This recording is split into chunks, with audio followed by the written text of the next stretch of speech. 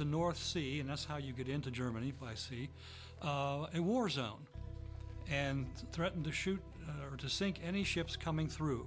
And that did a lot of damage, a lot of harm to German society. The German blockade was in reprisal for the British blockade. That's the way it usually works. Britain, in contradiction of international law, had blockaded Germany, including foodstuffs. So Germany would import through neutral countries like the Netherlands, and what it effectively imposed blockades on the neutral countries to prevent that from happening. The blockade is the key military tactic that defeats Germany in that war. So their goal was to starve Germany into an early surrender, to make the political price at home too great for the Kaiser to continue the war. And when I say the Kaiser, I mean the military. So Britain had the ability to impose a very effective naval blockade, whereas the Germans had a much bigger coast. I mean, you have all the western coast of England, Ireland, and so they didn't have nearly as many surface ships.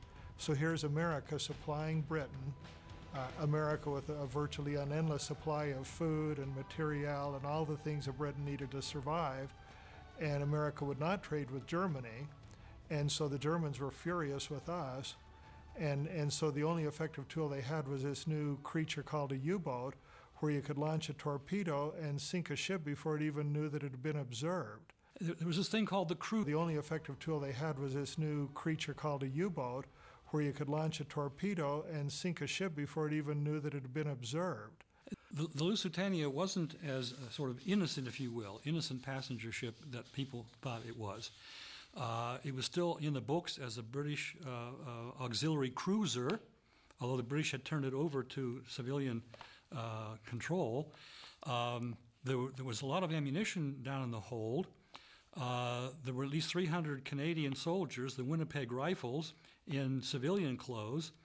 So the Germans knew all that, and they could tell themselves, all right, this is a British cruiser disguised as a civilian passenger ship, and therefore it's fair game. I think the British were desperate enough to get America into the war at any cost or any expense. And I would talk more broadly than just say the Lusitania here. The British tried very hard to set up policies that would force the Germans into undeclared submarine warfare. That is, to sink ships, passenger ships, where they hoped Americans would be there as passengers. The Lusitania, this is incredible, sunk in exactly 18 minutes. This stunned everyone, including the German U-boat commander and his crew. A ship that size with a single torpedo might not have sunk at all, because you would hit, there would be an explosion, water would enter, but you'd seal that off with bulkhead doors.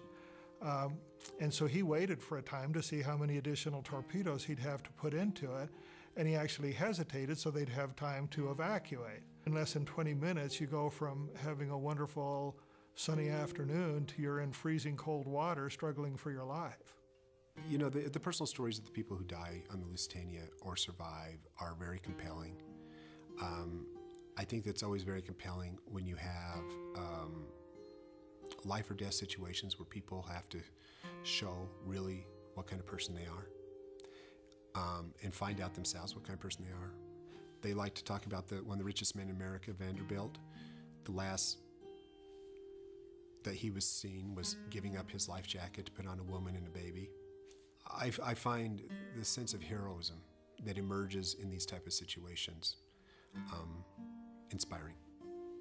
Back at the time, this German diplomat said, after the Lusitania was sunk, he said, and I quote, "The American people cannot visualize the spectacle of 100,000 German children starving by slow degrees as a result of the British blockade. But they can visualize the pitiful face of a little child drowning amidst the wreckage caused by a German torpedo," unquote. That sort of says it all, and indicates again the British advantage in all of this. The sinking of the Lusitania in 1915, did it cause a huge roar in the way of military regard or ability or level of military stance. Not at all.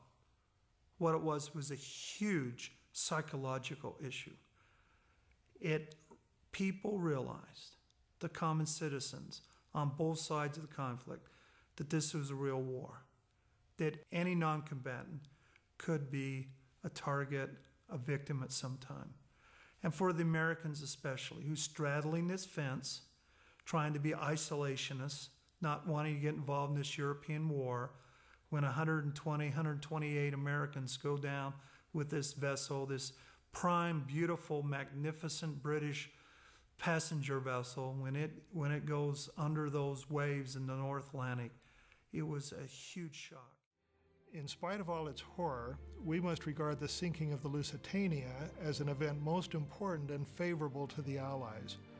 The poor babies who perished in the ocean struck a blow at German power more deadly than could have been achieved by the sacrifice of 100,000 fighting men.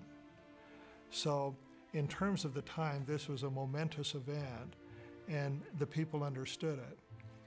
As a person who loves history, as a person who's helped co-author some biography and written historical fiction, I really think people ought to be more aware of World War I because it was part and parcel of the greater conflict that ended with World War II. Stories like the Lusitania put a very human touch on that, and that's why I chose to write about it. I think it's a fascinating story and one that people would be very interested to learn about and to understand in greater detail.